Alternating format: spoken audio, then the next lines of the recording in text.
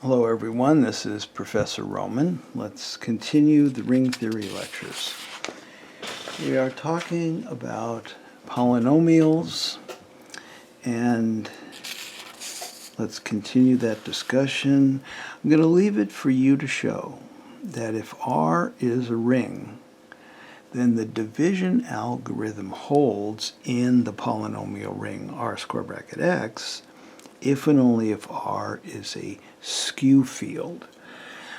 Skew fields are also known as division rings, and they are algebraic structures that fit the definition of a field, except that multiplication need not be commutative. So if you replace R here by a commutative ring, then you can replace skew field by field. On the other hand, if R is any ring, then R square bracket x does possess a weaker form of division algorithm. And it's simply one in which the divisors have to have unit leading coefficients. The leading coefficient has to be invertible. So here it is in detail. Let R be a ring, let g of x be a polynomial over R with leading coefficient invertible. Then for any polynomial f of x, there exists q of x and r of x for which this division algorithm holds, where the degree of r is less than the degree of g. And I'll call this the restricted division algorithm just for want of another term. I don't think there's a standard term here. As to the proof, I'm going to leave it to you to show that we can assume g of x is monic. We don't lose any generality by doing that. Also, note that the division algorithm does hold if the divisor g of x is a constant, so it would be a unit u. So we can further assume that the degree of g of x is positive. And just for convenience, let's let n be the degree of f of x and d be the degree of g of x. So d is fixed. We're going to finish the proof by induction on n. And since we're assuming that d is greater than 0, the division algorithm does hold for n equals 0. In fact, for any n less than d, if the degree of f is less than the degree of g, then I think you can see the division algorithm will hold. I'll leave that for you to fill in the details. So let's assume that the division algorithm holds for any polynomial of degree less than n, and show that it holds for f of x of degree n. Again, if n is less than d, then the division algorithm holds. And here's the reason, actually. Okay. If n is bigger than or equal to d, and a sub d is the leading coefficient of f of x, then we can do some algebra here, a little trickery. Take g of x, multiply it by an appropriate power of x so that the result has the same degree as f of x. Multiply by the leading coefficient of f of x and subtract. That's going to knock the degree down by at least 1. And of course, if we're subtracting, we have to add it back. And write this stuff in here as h of x. Here's the other term. Degree of h is less than n. So by the inductive hypothesis, the division algorithm applies to h. We have this, where the degree of the remainder is less than the degree of g. And so f, we can replace h of x by this expression. Here's the other term. Regroup, and we have our division algorithm for f of x. And that completes the induction.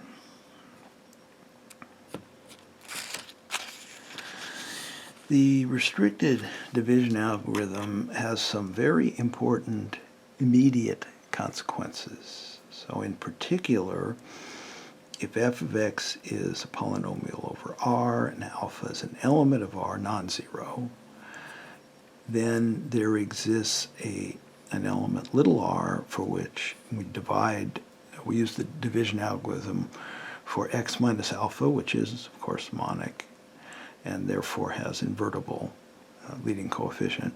We can write this. R has to have degree less than 1, and so it has to be a member of the base ring. Therefore, alpha is a root of f of x if and only if R is 0, if and only if x minus alpha is a factor of f of x. This is a very common, well-known statement for real polynomials. Alpha is a root if and only if x minus alpha is a factor. It applies in general to polynomials over a ring. Also, since the usual degree formula holds when R is an integral domain, so we don't have any cancellation when we take products of non-zero elements, we get an immediate upper bound on the number of roots of a polynomial over an integral domain. The root multiset of a non-zero polynomial has size at most equal to its degree. This fails if R is not an integral domain. As an example, over Z8, these 4 elements are roots of this quadratic polynomial. Degree 2, but we have 4 roots. Also, this result has a very important consequence for finite fields or finite subgroups of a field, multiplicative subgroups. And to explain this, we have to borrow something from the group theory volume, this theorem. We need Lagrange's theorem also, but this one is in the group theory volume of this series. If G is an abelian group of finite exponent, which means there's an element, there's a positive integer, m, let's say, for which you raise any element in the group to the power m, you get the identity. Then all element orders divide the maximum element order. All this is explained in detail in the group theory volume. Another way to say that is the maximum element order of the group, which is the least common multiple of all the element orders, is equal to the minimum exponent of G. Now we can state the following. If F is a field and S is a finite subgroup of the multiplicative group F star, so this is the non-zero elements of F, then S is in fact cyclic. So when F is a finite field, we can take S to be F star, and so what you see more often, I think, in undergraduate textbooks is simply, if F is a finite field, then F star is cyclic as a multiplicative group. But this is a little more general and sometimes quite useful. As to proof, if the order of S is m, then Lagrange's theorem tells us that every element of S has order dividing m, and so it satisfies this polynomial x to the m minus 1. And so the smallest positive exponent e, I write as min exp of S, is less than or equal to m. But if e were less than m, then the m elements of S would be roots of this polynomial x to the e minus 1, which has degree smaller than m. And that contradicts the corollary. So in fact, e is equal to m, and so the theorem we borrowed from the group theory book tells us that the maximum element order of S is m. So S has an element whose order is equal to the order of the group. Therefore, it's a generator of the group, and S is cyclic.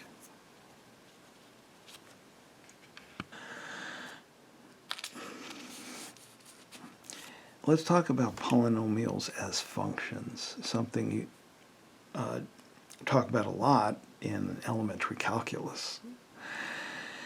In the customary way, a polynomial in n variables over a ring R can be thought of as a function on Rn. And of course, the zero polynomial is the zero function. What's a bit surprising, maybe, is that the converse is not true. Here's a simple example. This polynomial x squared minus x over z2 is the zero function. It sends 0 to 0 and 1 to 0. So it sends every element of z2 to 0. But it's certainly not the zero polynomial. So this raises the question of determining what conditions on the zero set of a polynomial imply that it is the zero polynomial. And just to be clear, when we write f of x equals 0, we are saying that f of x is the zero polynomial. All of its coefficients are 0. Not that f of x is the zero function. So this implies that f of x is the zero function, but the converse is not true.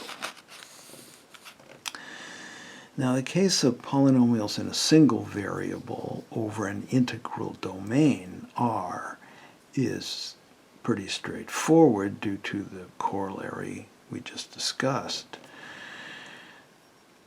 Let R be an integral domain. If a polynomial f of x of degree d has d plus 1 zeros, or roots, then f of x is the zero polynomial.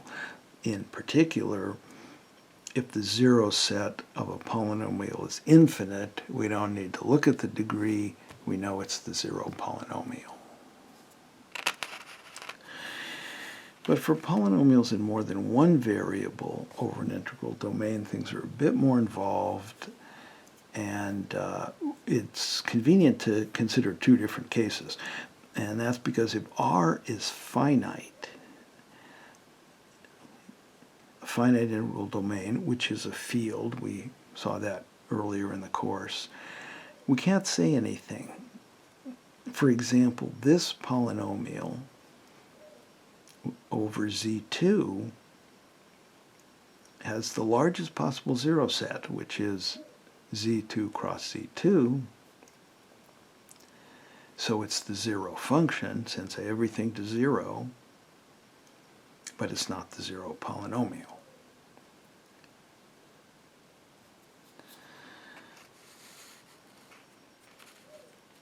If R is infinite, it's not the case that if a polynomial, again of more than one variable, has an infinite zero set, it must be the zero polynomial. This is a very simple example. Its zero set is the diagonal set, x equals y. But again, this is not the zero polynomial. On the other hand, if a polynomial in more than one variables has the largest possible zero set, which is another way of saying it's the zero polynomial, it's the zero function, then it is also the zero polynomial. So here's the result. If R is an infinite integral domain and P is a polynomial, over r, and I guess, well, I don't have to here, is the, if this is the zero function, then it's the zero polynomial. And we can prove this by induction on the number of variables. If n equals 1, we have a polynomial in one variable, and it has, it's the zero function. We have an infinite integral domain, so it has infinitely many zeros, and therefore, by previous result, it's the zero polynomial. So assume that the result is true for any number of variables less than n. If we isolate the variable x of n from this polynomial, so we pull it out and write this way, then we take any values for x1 through xn minus 1, say xk equals ak, we're going to get something that looks like this. P of a1 through an minus 1 xn. Xn's the only variable now. This is a polynomial in a single variable, but it's 0 for all xn. So there are infinitely many zeros. So this is the zero polynomial, which means each of the coefficients is 0, but the a sub k's were arbitrary, which means each of these individual polynomials is the zero function. The number of variables is less than n, and so the inductive hypothesis tells us that all coefficients are the zero polynomial, so P is the zero polynomial. Actually, we can improve upon this previous theorem when R is an infinite field, which I'll denote by F. See, in this case, there's actually a middle ground between saying that we have a zero infinite set, which, as we've just seen, tells us nothing really, and saying that the zero set is all of Fn, in other words, that we have the zero function. And that does tell us we have the zero polynomial. And the middle ground is having a zero set that's an infinite subfield of F. And the key feature of infinite subfields, let's say K is an infinite subfield of F, as opposed to just plain infinite subsets, is that F, the bigger field, is actually a vector space over the subfield. And I'll let you ponder that. So, if P is a polynomial over an infinite field F, and if K is an infinite subfield of F, then if P is 0 on K, or maybe I should say on K to the n, if P of A1 through AN is 0 for all AI in K, the subfield, then P is the zero polynomial. So this is stronger than just saying K is an infinite subset for which P is 0, and it's weaker than saying this is 0 on all of F. As to the proof, it's a little ugly because of all the in the subscripts and things, but suppose we can always write a P this way. It's a sum, a finite sum, constants from F times these powers of X, X sub K. Now, because F is a vector space over K, it has a basis, say the B sub i's. And so each of these coefficients, which belong to F, is a linear combination of the betas, where the coefficients now belong to K. This is the critical observation. Substituting this in here and reordering the summations gives us this. Now, P is 0 when all the variables are assigned values from K, the subfield,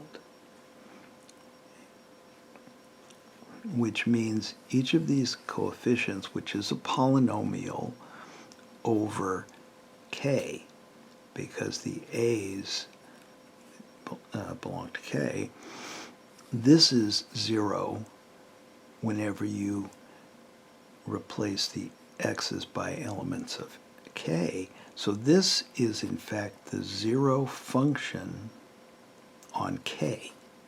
These coefficients here in the square bracket, they're written here. Therefore, the previous theorem tells us that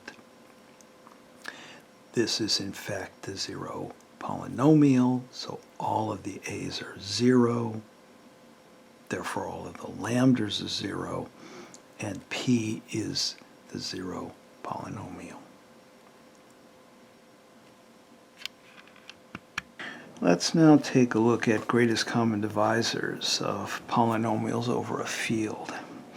Speaking in general terms, we've seen that greatest common divisors are unique only up to associate. But, for example, in defining the greatest common divisor of two non-zero integers, it's often useful, perhaps customary, in order to obtain uniqueness, to require that the GCD be positive. We can do something similar in rings of polynomials by requiring that the GCD be monic. So here is the definition. Let F be a field. Let little f of x and g of x be polynomials over F. The greatest common divisor of f and g, denoted in the usual way, is the unique monic polynomial p of x over f, for which p of x divides both f and g as a common divisor, and if r of x is a common divisor of f and g, then r of x divides p of x.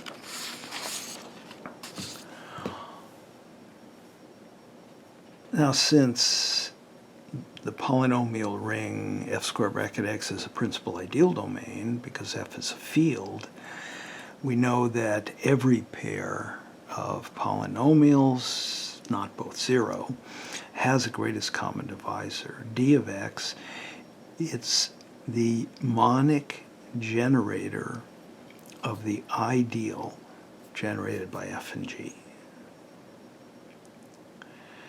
And so in particular, there are polynomials a of x and b of x for which this GCD is in fact a polynomial linear combination of f and g.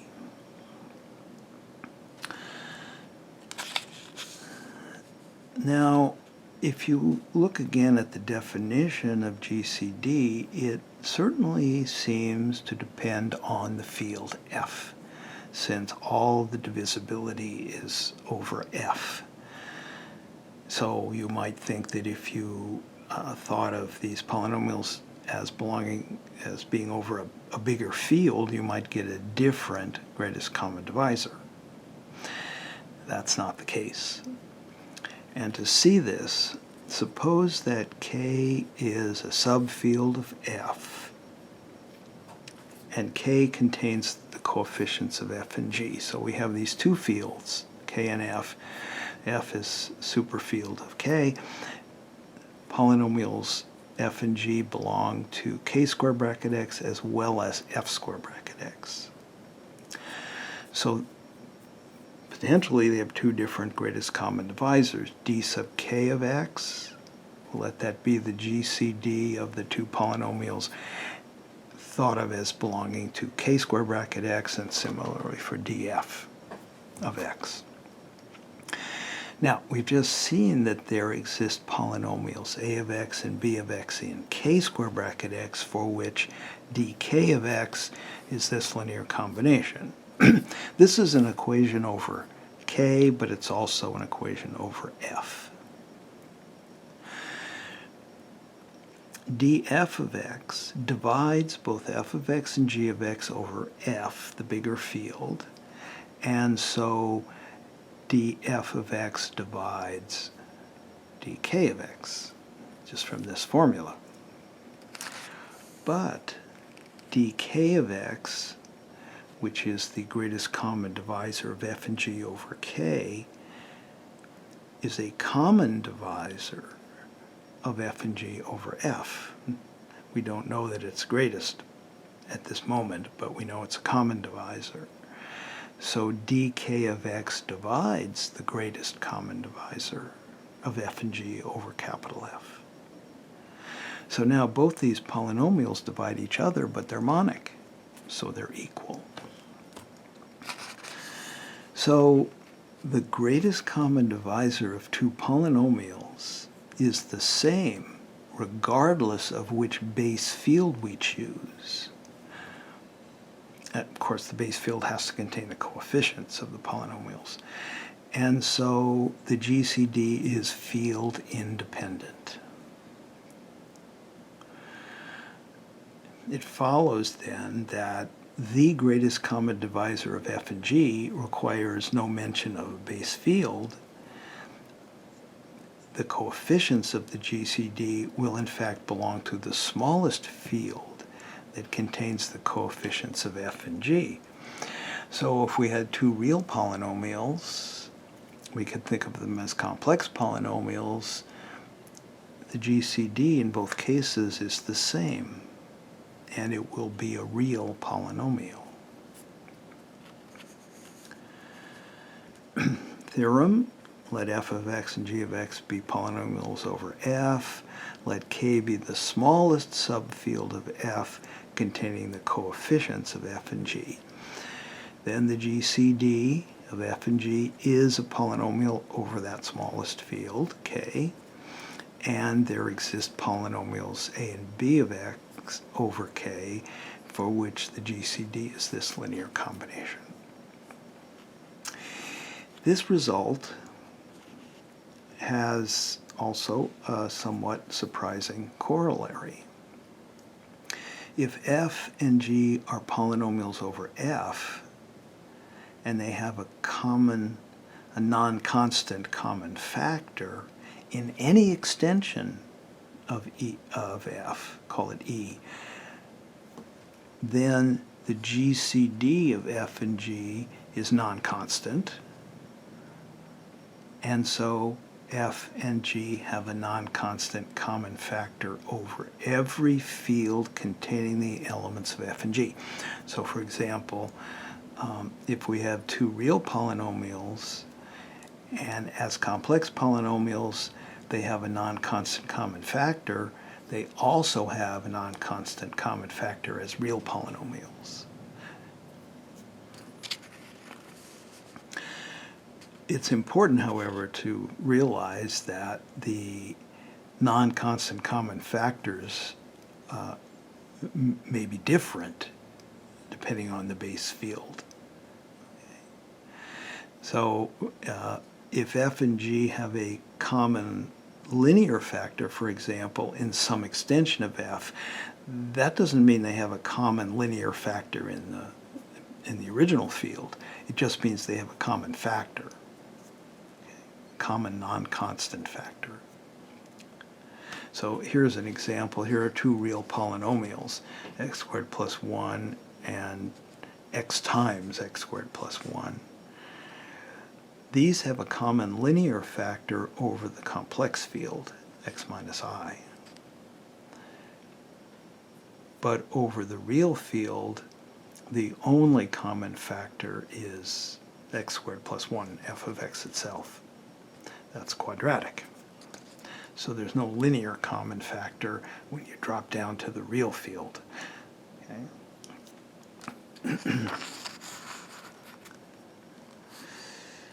Another way to phrase this result, I didn't actually read this corollary, so maybe I should have. F of x and g of x are polynomials over f. E is an extension of f. Then f and g have a non-constant common factor over e if and only if they have a non-constant common factor over f. But the common factors don't have to be the same. Another way to phrase this is to say that f and g are relatively prime over f if and only if they're relatively prime over e. In other words, relative primeness, I should take that out, is also field independent. So that means the following definition makes sense. The polynomials f of x and g of x are relatively prime if they have no non-constant common factors in any field extension containing the coefficients of the two polynomials. Equivalently, f and g are relatively prime if their greatest common divisor is 1. Just to be clear here, in any field means any given field, any one field.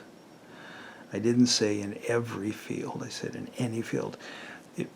You can tell whether two polynomials are relatively prime by looking in any particular field containing the coefficients and checking for a non-constant common factor.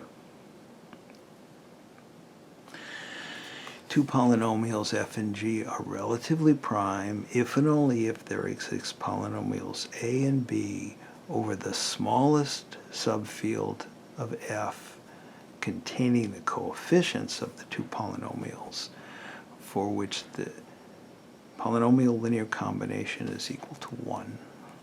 Now let's talk about the roots of polynomials over a field. It is a fundamental fact that every non-constant polynomial, f of x, has a root in some field. Here is the theorem. Let f of x be a non-constant polynomial over a field f. Then there exists an extension, e of f, and an alpha in e such that f of alpha is 0. As to the proof, first of all, we can assume that f of x is irreducible, and I'll let you ponder why that is. And so the ideal generated by f of x is a maximal ideal in this integral domain, and therefore the quotient is a field. Moreover, the restriction of the canonical projection map, pi, which maps f square bracket x to e, we restrict it to just the scalars in f square bracket x, just f. So pi of alpha is the coset, alpha plus ideal generated by f. This is actually an embedding of f into e. Pi is not an embedding, but its restriction to f is an embedding. So E is a field extension of the image pi of f. Also, E contains this root of f pi of x. Remember, this is the polynomial you get by applying pi to the coefficients of f. This is a coset. It belongs to the quotient ring here. And if we take f pi of this element, this is pi of x. Now, pi here is not the restricted version, it's the full canonical projection. And since pi is a homomorphism, a ring map, we can write pi of f of x, and that is f of x plus the ideal generated by f of x, which is just the ideal generated by f of x, which is 0 in the quotient.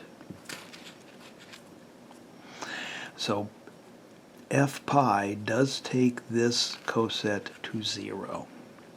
So this coset is a root of f pi.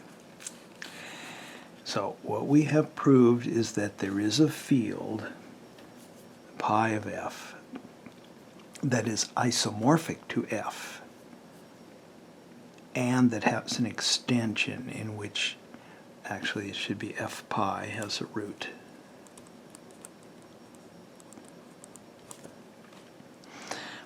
This is not quite the statement of the theorem. It's the statement of the theorem up to isomorphism, you might say.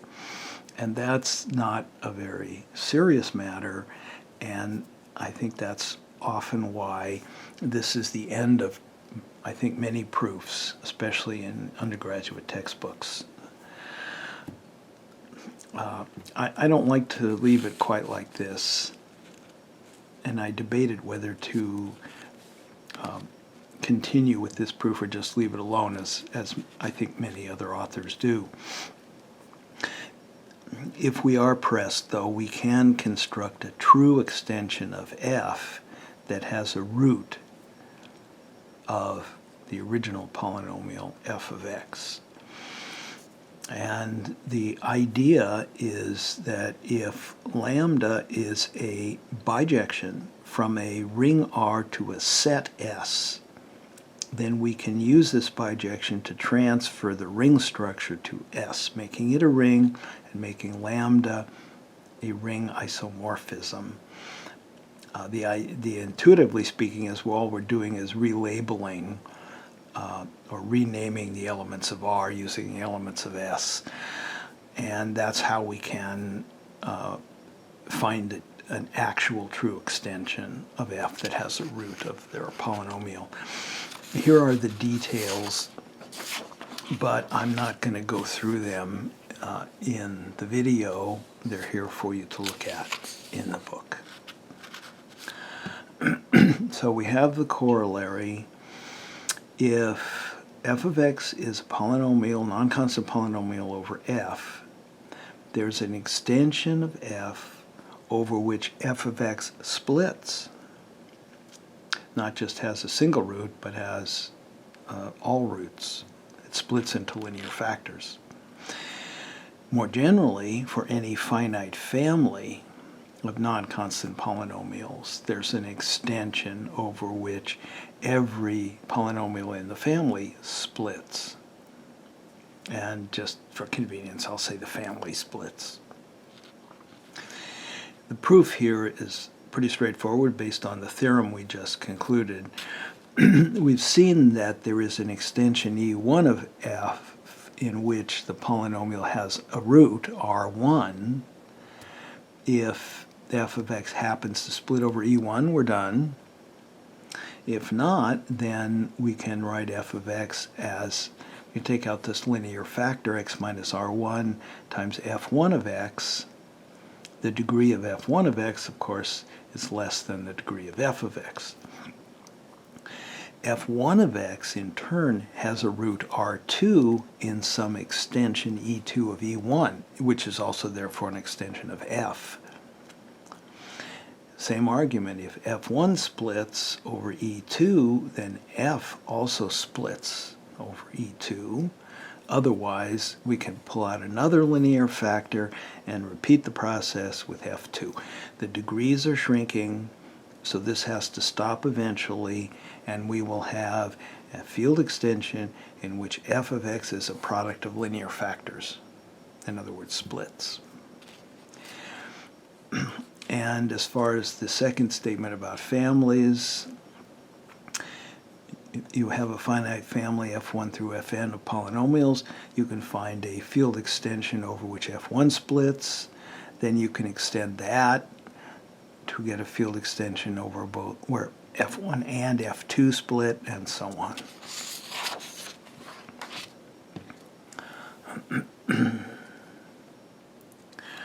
So corollary, f and g are polynomials over f. They are relatively prime if and only if they have no common roots in any extension. If f of x is irreducible, then f and g have a common non-constant factor in some extension if and only if f divides g. And so in particular, if f and g are non-associate and irreducible over f, they have no common roots in any extension of f. The proof here is just an application of the stuff we've been discussing. So it would be really good practice for you to see if you can construct these proofs. If not, they are here in the book.